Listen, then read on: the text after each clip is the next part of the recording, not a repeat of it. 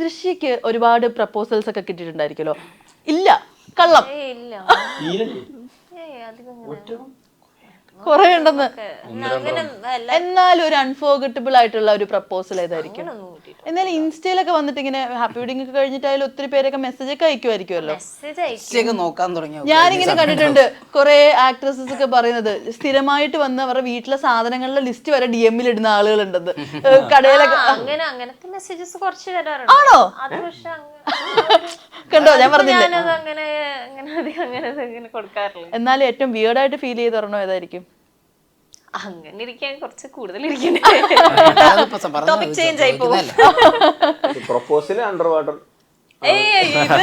അത് ഞാൻ വേറൊരു സോണിലായി ഇപ്പൊ പറഞ്ഞു പോയത്.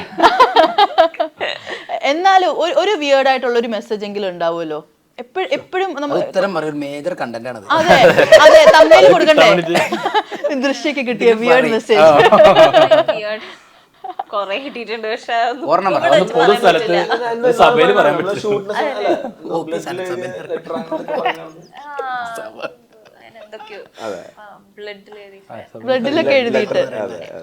ബ്ലഡിലൊക്കെ എഴുതിയിട്ട് ലെറ്റർ ഒക്കെ കിട്ടിയിട്ടുണ്ട്. അത് അങ്ങനെ ചെക്ക് ചെയ്ത് എപ്പോഴെങ്കിലും ബ്ലഡിൽ എഴുതിയ ലെറ്റർ ആർക്കെങ്കിലും കൊടുത്തിട്ടുണ്ടോ? ഇല്ലില്ല. ചിക്കൻ വാങ്ങാൻ വേണ്ടി കടയിൽ പോകുമ്പോ ബ്ലഡ് അതിലല്ലേ തലറങ്ങും ഇതിലേക്ക് ഇടുമ്പോ. പ്രപ്പോസ് ചെയ്തിട്ടുണ്ടോ ആരെങ്കിലും ഒക്കെ? പ്രപ്പോസ് സ്കൂളിലൊക്കെ പഠിക്കുന്ന സമയത്ത് അതേ ഉള്ളൂ. ഇപ്പൊ ഈ റീസെന്റ് അല്ലേ. ഏത് സ്കൂളാ? എന്റെ വീടിന്റെ സ്കൂളുണ്ടോ? ഇരുന്ന് തറവാട്ട് പഠിച്ചതാ. അല്ല, ഞങ്ങൾ പിന്നെ നമ്മുടെ ലൈവായിട്ടുള്ള കാര്യമല്ലേ പറയണ്ടേ. അതും പറഞ്ഞിട്ട് ആ മുഖത്തൊക്കെ നോക്കി സ്കൂളിൽ അടുത്തല്ലേ. അമ്മ ഈ വീഡിയോയുടെ താഴെ വന്ന് കമന്റ് ഇടും SSLC ബുക്കിന്റെ ഇതും ഡീറ്റെയിൽസും ഒക്കെ. അപ്പൊ അതിന്റെ ഞാൻ കമന്റ് ഇടും നോ ഫേക്ക് ന്യൂസ്. അമ്മ എന്ത് പറയുന്നു? സുഖമായിട്ടിരിക്കുന്നു. ഈ സിനിമകളുടെ എണ്ണം കൂടുമ്പോഴത്തേക്ക് എന്താണ് അവിടെ നിന്നുള്ളൊരു റെസ്പോൺസ്? എന്താ, അമ്മേനെ ഒരു വഴിയിൽ അമ്മേനെ സേഫ് ആക്കുന്നുണ്ട്. അമ്മയ്ക്ക് അമ്മേൻ്റെതായിട്ടുള്ള രീതിയിലുള്ള സിനിമ പരിപാടികൾ നടക്കുന്നുണ്ട്. അപ്പം അങ്ങനെ വേറെ പ്രശ്നമൊന്നുമില്ല. പിന്നെ കൂടുതൽ വീട്ടിലുള്ള കമ്മ്യൂണിക്കേഷൻ ഭയങ്കര ഒരുപാട് കുറവാണ് ഇങ്ങനെ കറക്കം തന്നെയാവുന്ന സമയത്ത്. അപ്പം ആ ഒരു പഴയ ഒരു എന്താ പറയുക, ഒരു ബോണ്ട് എവിടെയോ ഇല്ലാത്ത പോലെ. എന്നുവെച്ചാൽ അത് മാനസികമായല്ല, നമ്മൾ കാണുന്നില്ല അധികം ഉണ്ടായി. അല്ലെങ്കിൽ എപ്പോഴും ഈ ഷോയിലൊക്കെ വരുന്ന സമയത്ത് എനിക്ക് തോന്നുന്നു ഒരു അമ്മേനെ ഒരു മോനും ഇത്രയും അധികം കൊണ്ടു നടന്നുണ്ടാവില്ല. ഡെയിലിൻ്റെ കൂടെ ഞാൻ വെച്ചാൽ 2-3 വർഷത്തോളം ഞാൻ ആ ഷോ ചെയ്തുകൊണ്ടിരുന്നില്ല. ഇത്രയും ഈ സമയത്ത് കംപ്ലീറ്റ് എൻ്റെ കൂടെ തന്നെ ഉണ്ട്. ഞങ്ങൾക്ക് ഉറങ്ങുന്ന ഒരു റൂമിലാണ്, രാവിലെ എഴുന്നേക്കുന്നു, രാവിലെ ഇതാക്കുന്നു. കാരണം ഒരു മാസത്തിൻ്റെ പകുതിയും ചാനലിൽ തന്നെയാണ്. അത് കഴിഞ്ഞാൽ വേറെ പരിപാടിയൊന്നുമില്ല. നേരെ വീട്ടിൽ അത് കഴിഞ്ഞാൽ നേരെ വീട്ടിൽ എന്തുണ്ടെങ്കിലും അമ്മയായിട്ട് ഇന്ററാക്ട് ചെയ്യുന്നു, കണക്ട് ചെയ്യുന്നു. വെച്ചാൽ ഒരു അടുത്ത സുഹൃത്തുക്കളെ പോലെ ഇങ്ങനെ പോകല്ലേ. ഉറപ്പായിട്ടും അങ്ങനെ തന്നെയാണ്. പക്ഷെ ഇപ്പൊ കുറച്ച് ഗ്യാപ്പായി. മിസ് ചെയ്യുന്നുണ്ടോ? അതൊക്കെ മിസ് ചെയ്യുന്നില്ല, നല്ലതല്ലേ. അതെ അതെ അതെ. എന്നാലും ആ ഒരു പണ്ടത്തെ അത്ര ഒരു ടൈം കിട്ടുന്നില്ല. സത്യമാണ്. പക്ഷെ അത് ഭയങ്കര റയറാ ശരിക്കും. ആമ്പിള്ളേരൊക്കെ ഒരു ഏജിൽ കൂടുതലും ഫ്രണ്ട്സ് ആയിട്ടൊക്കെ കറങ്ങി നടക്കുന്ന സമയത്ത് കൂടുതൽ അമ്മേനെ കൊണ്ട് നടക്കുക എന്നൊക്കെ പറഞ്ഞു കഴിഞ്ഞാല് ഈ ഒരു നമ്മുടെ അതിഭീകരൻ കാമുകനെ ലുക്മാനായിട്ട് എത്രത്തോളം റിലേറ്റ് ചെയ്യാൻ പറ്റും? അങ്ങനെ ഒരു ഷെയ്ഡ് ഉണ്ടായിരുന്നോ ലുക്മാൻ? അങ്ങനത്തെ ഇത്രയൊന്നും ഉണ്ടായിരുന്നില്ല. സുജയ് പറഞ്ഞ പോലെ ഈ റൈറ്റർ പറഞ്ഞ അത്ര ഉണ്ടായിട്ടില്ല എനിക്ക്. പക്ഷെ എന്നാലും പല സീൻസിലും പല ഇൻസിഡൻസ് ഒക്കെ നമുക്ക് റിലേറ്റ് ചെയ്യാൻ പറ്റും. അത് സ്വാഭാവികമായിട്ട് എല്ലാ പ്രണയത്തിലുള്ള ഒരു ടെംപ്ലേറ്റ് ഉണ്ടല്ലോ. അത് പ്രപ്പോസലായാലും ഇതിന്റെ ബ്രേക്കപ്പ് അല്ലെങ്കിൽ ഇതിന്റെ മറ്റെല്ലാ ഷെയ്ഡും ഉണ്ടല്ലോ.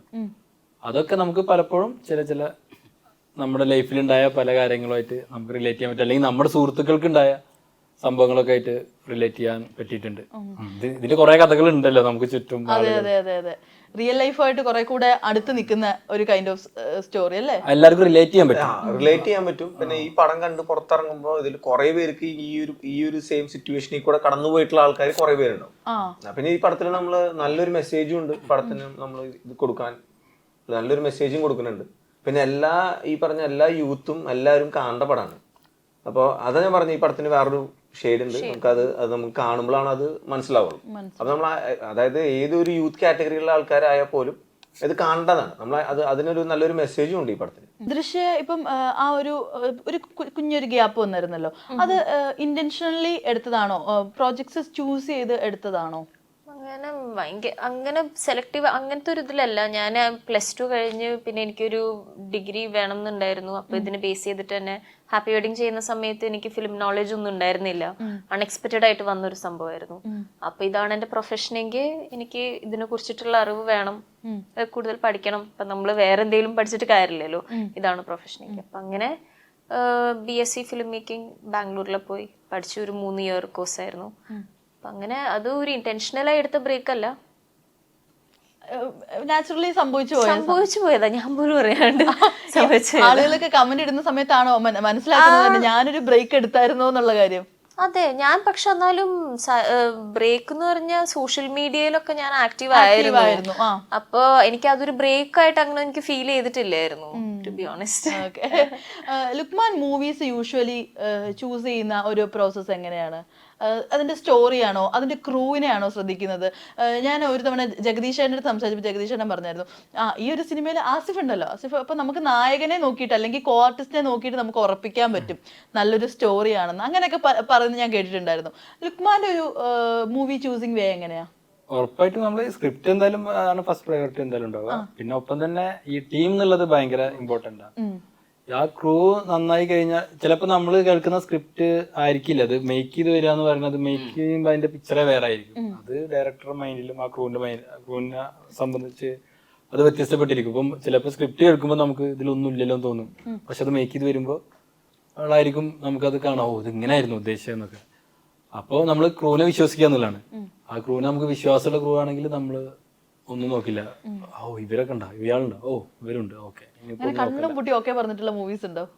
കണ്ണും അത് നമ്മള് കൂടുതലും പടങ്ങളും ഞാൻ കണ്ണും പൂട്ടി ഒക്കെ കാരണം എന്താന്ന് വെച്ചാൽ എന്നെ സംബന്ധിച്ചിടത്തോളം സിനിമ ചാൻസ് കിട്ടുക എന്നുള്ളത് തന്നെയല്ലേ, എല്ലാ ആക്ടേഴ്സിന്റെ പോലെ തന്നെയല്ലേ. അപ്പൊ അന്നൊക്കെ എനിക്ക് എന്തോ ഭാഗ്യത്തിന് ഇങ്ങനെ കറക്റ്റ് നല്ല ഇമ്പോർട്ടന്റ് റോളുകൾ വന്നു നല്ല സിനിമകളിൽ, അവരെന്നെ ചൂസ് ചെയ്തു എന്നുള്ളതാണ്. ഞാൻ ചെന്നിട്ട് ഞാൻ സിനിമ ചൂസ് ചെയ്തതല്ല. ഈ പടങ്ങളൊക്കെ എല്ലാം അവരെന്നെ ചൂസ് ചെയ്ത് തന്നെയാണ്. അപ്പോ അതെന്റെ ഒരു ഭാഗ്യമാണ്. അത്തരം നല്ല ഡയറക്ടേഴ്സ്, ഇവിടെ സെലിബ്രേറ്റ് ചെയ്യപ്പെടുന്ന ഡയറക്ടേഴ്സ് എന്നെ ചൂസ് ചെയ്യുന്നു എന്നുള്ളത് എനിക്ക് ഭയങ്കര ഭാഗ്യമായിട്ട്. അങ്ങോട്ട് പോയി ചാൻസസ് ചോദിക്കാറുണ്ടോ എപ്പോഴെങ്കിലും?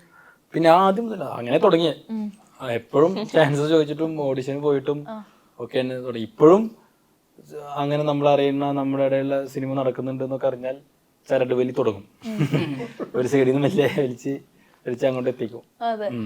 ജാഫ്രിക്കനെ കഴിഞ്ഞിടയ്ക്ക് ഇന്റർവ്യൂ എടുത്തപ്പോ എനിക്കൊരു സ്ക്രീൻ ഒരു മെസ്സേജ് ഇങ്ങനെ കാണിച്ചു തന്നു, ഇതേപോലെ ജിത്തു സാറിന്റെ അടുത്ത് പുതിയ സിനിമ തുടങ്ങിയെന്ന് അറിഞ്ഞു, ഒരു ചാൻസ് തരുമോ എന്നൊക്കെ ചോദിച്ചിട്ട്. അപ്പൊ ഞാൻ ആലോചിക്കും, ഇത്ര വലിയ നടന്മാരൊക്കെ ചാൻസ് ചോദിക്കുവോ? അപ്പോഴേ എനിക്ക് അങ്ങനെ ഒരു റിയലൈസേഷൻ വന്നത്. ഞാൻ വിചാരിച്ചു ബിഗിനേഴ്സ് മാത്രമേ അങ്ങനെ ചാൻസസ് ഒക്കെ ചോദിക്കുള്ളൂ. ചോദിക്കണോണ്ട് എന്താ നമുക്ക് ഒരാളോട് ഒരു കാര്യം ചോദിക്കണോണ്ട്, അത് നമ്മുടെ ആഗ്രഹമല്ലേ സിനിമകൾ ചെയ്യുക, അത് നല്ല സിനിമകൾ ചെയ്യുക, നല്ല ഡയറക്ടേഴ്സിന്റെ കൂടെ ചെയ്യുക എന്നുള്ളത്. ഇത് പിന്നെ ഒരു ടീം വർക്കും കൂടിയാണല്ലോ.